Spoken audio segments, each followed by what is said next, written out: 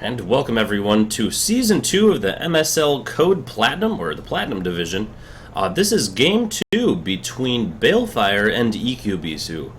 In the top left-hand corner of the map, we have the green Zerg player, Balefire, made his way up through the loser's bracket after falling down to EQBisu in the round of 8, I believe.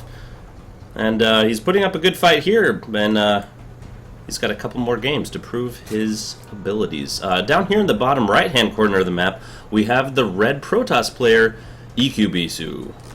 So, EQBisu, there's one thing I could say about EQBisu at this particular point in time. It's that he's got one build that he quite likes, and he's sticking to it.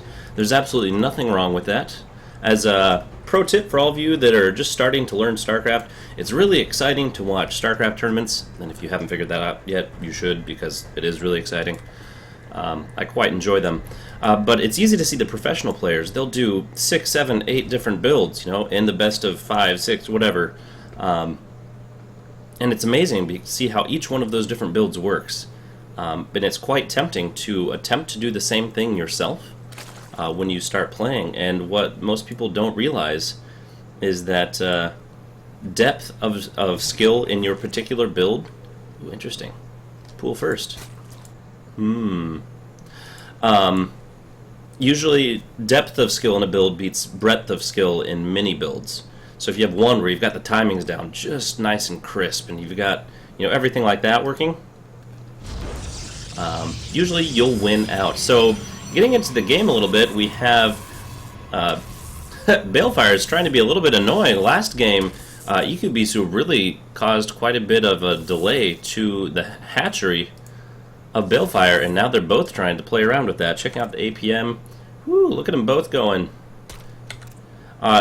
Just a quick tip, so just like the Protoss can throw down something really annoying, like a pylon, to block that hatchery, the Zerg can do the same thing. They can actually build a hatchery and then cancel it and build a evolution chamber immediately. And the evolution chamber will actually build on the remnant of creep from the canceled hatchery.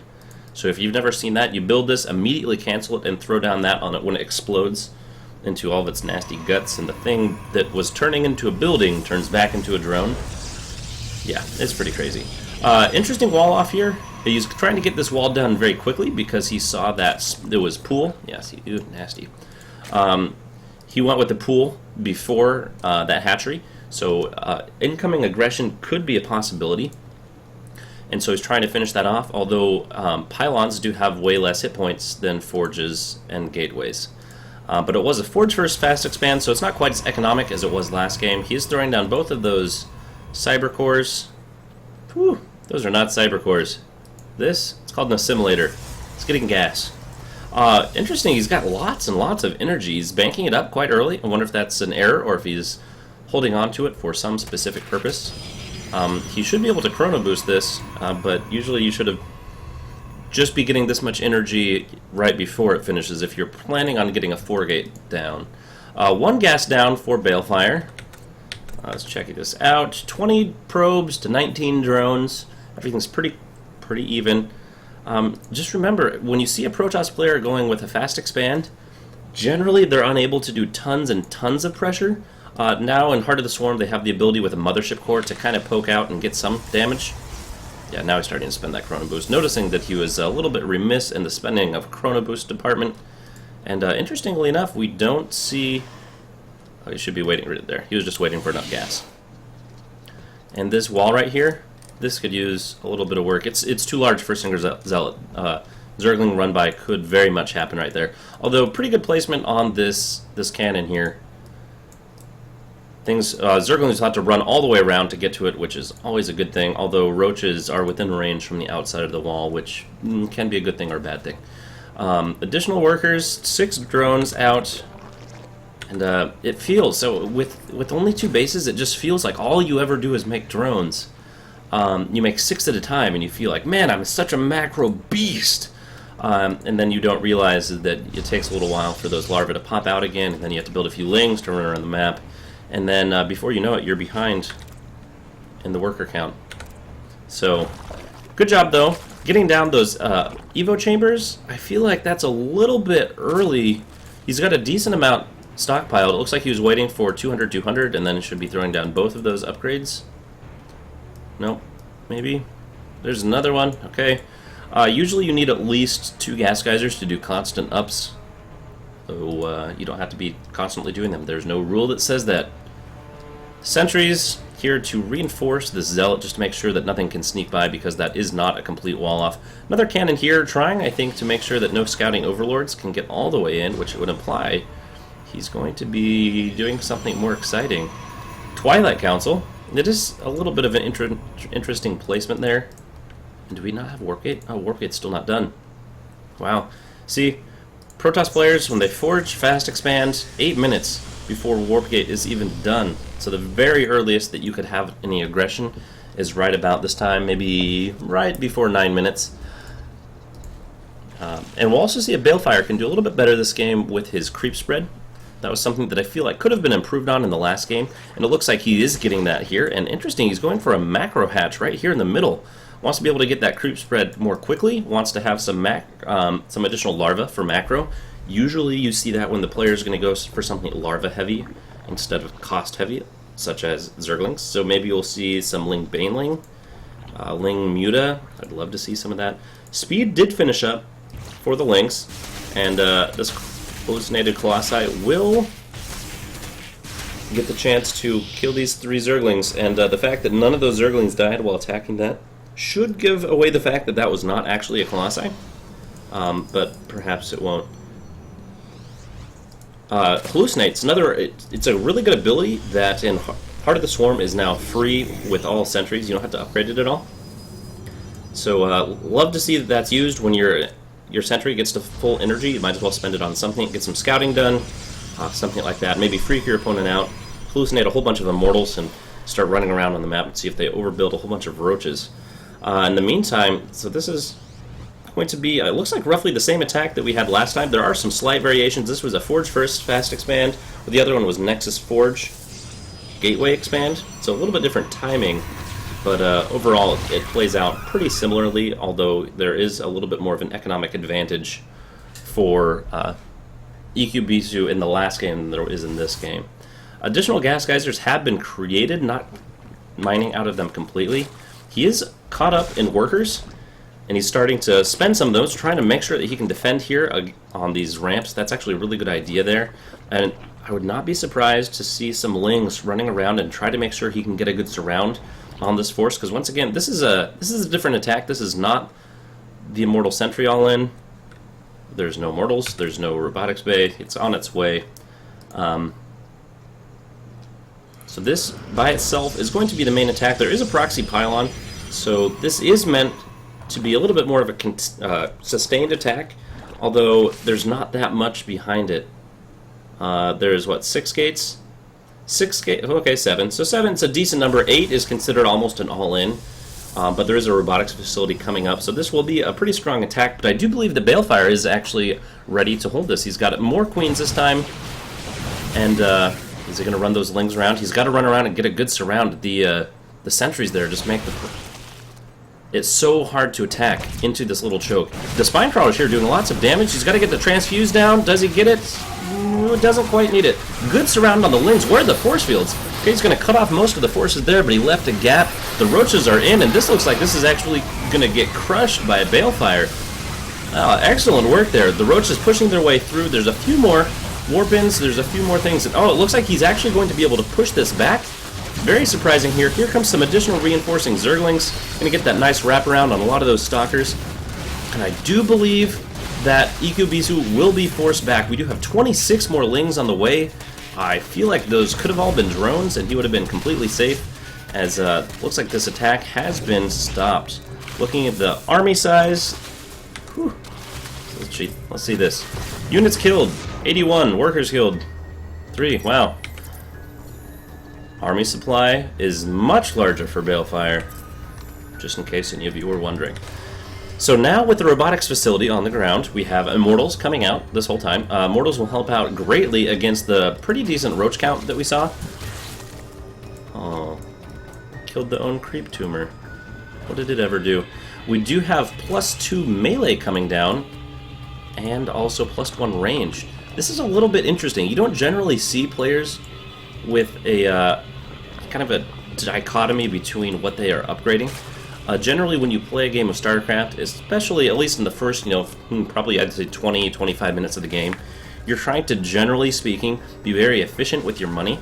And frequently what that means is you are trying to make sure that all of your units can utilize all the same upgrades, because upgrades are very time and money intensive. So you'll frequently see things like Ling, Baneling, Muta into Ultralisk, Broodlord, because all of those things, other than the Mutas, can utilize... Ooh, I feel like that's a bad choice there. He's going to get a few pickoffs, but I think overall that was a better trade for EQBisu, especially with the number of Zealots he has there. Although the +2 ground carapace, excellent job there. +2 carapace means that he stays at upgrade parity with the Zealots, which means that the Zealots take 3 hits to kill him instead of 2. That's a big deal, actually. So you usually want to do armor, and generally if you're playing against mutas, you also want to do armor first. Pro tip.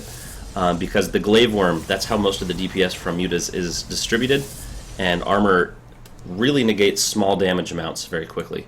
We do have a whole bunch of mutas on their way. Speaking of them, we have a gaggle of mutas halfway across the map. He's going to try to use some of this excellent space around the outside of this map to really harass, and actually there's absolutely nothing here. The army is completely out of place, and I think this will do a decent amount of damage. There's not enough mutas to really get tons done at this particular point in time. Oh, no, take out the... Yes, okay, now he's controlling them manually. Look at all the things that are going to die. He can easily take out both of those stalkers. There is an immortal coming and volunteering to get shot because he cannot shoot up. He has guns, just refuses to point them at the sky. A whole bunch of workers going down. 21, 23. So many workers going down for EQBisu. This is an excellent engagement here from Balefire. And it looks like he's taking 2 expansions. We have a 5-base, 6-hatchery Zerg against a 2-base Protoss. And previously, one of the things that I mentioned about EQBisu, one of the things that we've seen so far in this series and all the other games in this tournament, he's got a very strong 2-base style. But this game, his attack came at roughly the same time, but there were no immortals. There's nothing like that there. And I really feel like that made his attack much weaker. And now that he's stuck, he's very much contained at this point in time. He's got a decently powerful army, now that he's got those Colossi out and a large number of Zealots. So it'll be quite good against Lings, anything like that. Thermal Lance just now finishing. That's a very important upgrade. But with the Mutas here, he's really careful and justifiably afraid to move out across the map, as he's really quite down. Look at this, 32 workers to 66. There's no more workers in production. It looks like this is going to be an all-in from here on out. Usually when you see nothing in the production tab, it means the player has given up and not that they're absolutely terrible or have had a heart attack. So Maling's going to be moving across the map. It looks like he's going to have to sack this base, as he should know that there's nothing he can do to defend that. Although, EQBisu going ahead... Oh my goodness. He's going ahead and moving straight in through. The spine crawlers that are not offering near enough resistance. It's actually pulling back all of the army of Balefire. And this macro hatchery does look like it'll go down, but I think that's going to actually buy him all the time that he needs to get this army to get back. And they're all coming in through the same direction. It looks like, okay, he is now starting to pull some of those Lings around. He's trying to get a good engagement there, but look at the Colossi melting those Lings. Now this is what really needs to happen. The Mutas need to come and take out the Colossi, and then the Zerglings need to get their way in there. One Colossi will go down. Some Mutas look like they're starting to fall, but really, Balefire is just waiting time to get those Ultras out. He's got 30 more Lings and 6 more Ultras. He's got Chitinous Plating. He's got +3. Oh my goodness, ground attack, or ground carapace armor level 3. Wow, that was redundant. And also we have adrenaline glands. So these ground-based melee units are very powerful right now. He's just got to have some way to deal with that Colossi. And sadly, 30 Lings are not the way to deal with that. I think, though, the Balefire will hold. He's lost a decent amount of army, but nothing in economy so far. And Immortals are so good against Ultras. Oh my goodness. It looks like he might actually get this done. There are some additional things. He needs to target fire the Colossi. If you can take out the Colossi, target fire the Colossi. Target fire the Colossus. Oh, it's hurting me. This is hurting me so bad. Immortals are so good against Ultras. Will he actually fall to this push here? This is so unexpected. They're all walking in. So much stuff. He is now starting to take economic damage. The Immortals basically just one-shot. Oh my goodness. Okay, actually moving the Colossi to the front. He's worried about some sort of a counterattack here. All these Lings just going to get melted. Or they can just run past and then get stuck. And, yeah, that's painful. He still does have 2 bases, though. The army size has... Okay, it is actually drastically in favor of EQBisu. We have some Stalkers over here. It looks like we have a little bit of engagement here. And it looks like we're going to go for a base race. This could actually turn really hilarious. Looks like all these Lings are just trying to run their way across. But we have lots of Ultras heading their way. Ultras decimate bases very quickly. So do Cracklings. +3, +3. These are scary. In the meantime, there's Colossi and Immortals. Immortals are also quite excellent at destroying anything that moves, particularly if they have heavy armor. And it looks like we have a full-on base race. This is a hilarious turn of events. I think the big thing here was that all the Zerglings went into the front right here. He had some of them in a control group, and he had sent them this way, but then he A-clicked back here, and they all wrapped around, so they didn't attack at the same time, which is not ideal. Look at this. Slow Ultralisks. Look how they nom on all the things. Look at that splash damage. That's beautiful. Look. Zerg buildings explode into guts. Protoss units have lasers, and Ultralisks are incredibly powerful against most things.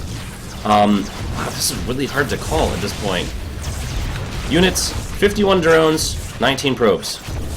Army size, way in favor of EQBisu. Production, mostly rebuilding things out of Balefire. He does have this other base, which I don't think that EQBisu knows about.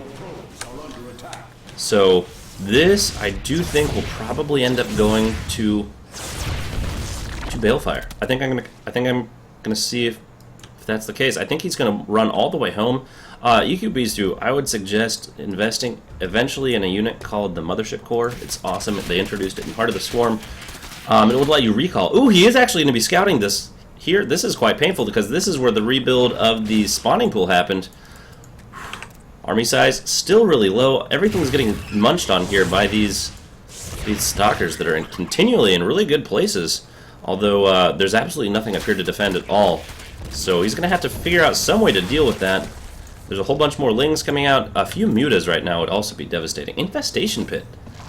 Really interesting. Why is he going for the Infestation Pit? Is he going to go Swarm Host? Swarm Host could be good if there's no detection out. There's still a robotics facility on the map. So there's no guaranteeing, even if you kill that there's not an observer somewhere. He's still droning. Brave man. Brave man. Base race and droning means you generally have pretty good confidence. Look at all these Lings. They're making their way through the base. He's going to be, I think he should be focusing mostly on this main base here. I think that's the important thing to do. Although eventually he's going to have to deal with the fact that there's a giant army coming to kill his army. The army size for Balefire has stayed almost exactly the same this whole time. Little numbers of units trickling in one by one instead of rolling in all at the same time to completely obliterate things. I think that's going to be one of the main problems that the Balefire is having here. As another base does go down, there's only one more left, and the army size difference is still very much for Balefire. This is going to go right down to the wire, but actually right now it looks like EQBisu could take this one. Wow, another infestation pit. What is he building? Oh, and I paused it. So cool. Is he going to go and attack with the drones? He needs to go rebuild a base. Is he going to go? He is rebuilding a base. Classic base races. Look, the Broodlings. The Broodlings have +3 attack, so they're actually scary. Scary Broodlings. That's one of the reasons you go Broodlord. Okay, another base going down up here. We have a whole bunch of Overlords. Another base going over here. He's got tons of money. Does he have... He's got 38 drones. That's quite a few. He should move them maybe to another location at some point. He does have another spawning pool. Does he have anything else in production? He's just going to start spine crawlering. Yep, spine crawlering. Killing all the larvae. Unnecessary. They die when they're creeper seeds. Looks like everything has been cleaned up in the main base. He is now rebuilding probes, 2 at a time. And what is going to happen here? We have an engagement here. All of those canceled. I think he's just going to evacuate. Yeah, look at that. All of them being called. What is he doing with this? Oh, he wanted to get Ultralisks out again. But why the infestation pit? I'm so confused. Engagements happening kind of all over the place as units are being sent out to scout to figure out where exactly the bases are. Without the Immortals, these Ultralisks are going to do quite a bit. They're going to kite them, but look how fast Ultralisks deal with armored units. Oh man, splash damage. So good. Next attack is going to go down, and there goes the Colossi. Now there's actually big fighting chance. This building will probably go down really quick, but actually all these drones could probably take this as the Ultralisks... Oh, that's so painful. 20 Lings. Now with the Colossi down, Lings can take care of the rest of it. There's no AoE. Nothing here is good against Lings. Oh, got those down. Is he going to be able to get one? No, he's not going to be able to get a single Immortal. No armor upgrades on these units or shield upgrades means that all these units are going to be doing huge damage. So although they do huge damage as well, the armor upgrades are really going to make a big difference overall. Do we have any mining? Where are all the units? 5 probes, 15 or 12 drones. Strike that, reverse it. Are we going to have another awkward base race here? Where are all the workers what is going on in this map? This is a very scrappy game, as they like to say. Surprised we're not seeing creep spread, as that would at least give you some info on what's going on. And we have 2 idle Ultralisks. This is a gigantic part of the army, although I'm glad he's not attacking this. Broodlings, go ahead and kill some stuff off. Yeah, look at that. +3 on Broodlings. They actually make them scary. Oh, are they gonna get one? Yep, they're gonna get one of these. Hey, every little bit helps. We have a whole bunch of these Lings doing another run by. There's just not enough of them at this point in time. Wow. Where did the Ultras go? Where are they? Oh, they're running right through the Immortals. I'm actually facepalming right now. That's so... No, no! That was your chance. Lings can do it, but without a spawning pool, that's a lot harder. And with no larva, that's also much, much harder. And will this go? Will EQBisu pull it off? The 2-basing strategy all the way to 27 minutes? I think it will. My previous call appears to have been correct unless something absolutely crazy happens. Building another spawning pool. It could still go the other way. But now there's actual income for EQBisu. There's not much to mine from, and he's long distance mining, but there are actual mining units. He has wow, he's got quite the advantage. 50% more workers than his opponent. And now the attack. It looks like this is probably going to be the end. Blink Stalkers. No more Zerglings, and a whole bunch of running away drones and queens that he's not even going to cancel that. That's painful. Some more Lings going to make their way in. Try to get something done. They just won't. These 2 cannons here, surprisingly effective. 17 kills between them. And these, I don't think they have actually the adrenal gland. He's going to try to keep taking down this this Nexus, as that would actually mean that there's no more mining. Can he micro around? Can he do it? What is keeping him alive? Where's the... You have to have a building somewhere. Creep colonies don't... Or creep tumors don't count. Here it is. That's going to be discovered here in just a minute. And he is now being revealed. And I think that's going to be... Oh no! Okay, he did... Wow. Okay. Does he see it? I think he has no idea what's going on, and there are 2 Lings. 2 Lings on the map, 7 drones, 10 probes. My goodness, you guys are making this hard on me. So, just going to talk about the series right now. I feel like this game would have gone very much differently had EQBisu had a little bit different attack very early on at the start of the game. He had a good reinforcement. I mean, he had the proxy pylon here. He had the 7 gates. But I feel like with that high of a sentry count, it would have been a little bit better to have some Robotech in there. Also, the Mothership Core would have allowed you to recall out of there instead of just losing your whole army outright. And from there, once you lost that army there, EQBisu, you lost map control, and then that's when all these other bases went up. So I feel like that would have been a really big difference there. Also, you should chrono boost things, because shields regenerate twice as fast under chrono boost. Just FYI. There's no creep to build on, so there's no spawning pool, and I don't think you can even build a spawning pool without the hatchery. So we do have 2 more hatcheries. We have all the probes being pulled. He does have another Nexus up. So it looks like EQBisu has stabilized, and it's 9 to 50. So now I think we're just riding it out, trying to see how long it takes for Balefire to GG. I think this is all the rest of the food. Yep. Yep, it is. There's one right here. That's all of them. Those are all the units left on the map that are not overlords. Blinking upon all of the drones. They're going to try to run away. Can you split them up?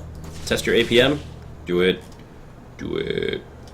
Blink, cooldown, will recycle. He will blink right on top of them. Using that APM, trying to get that speed advantage.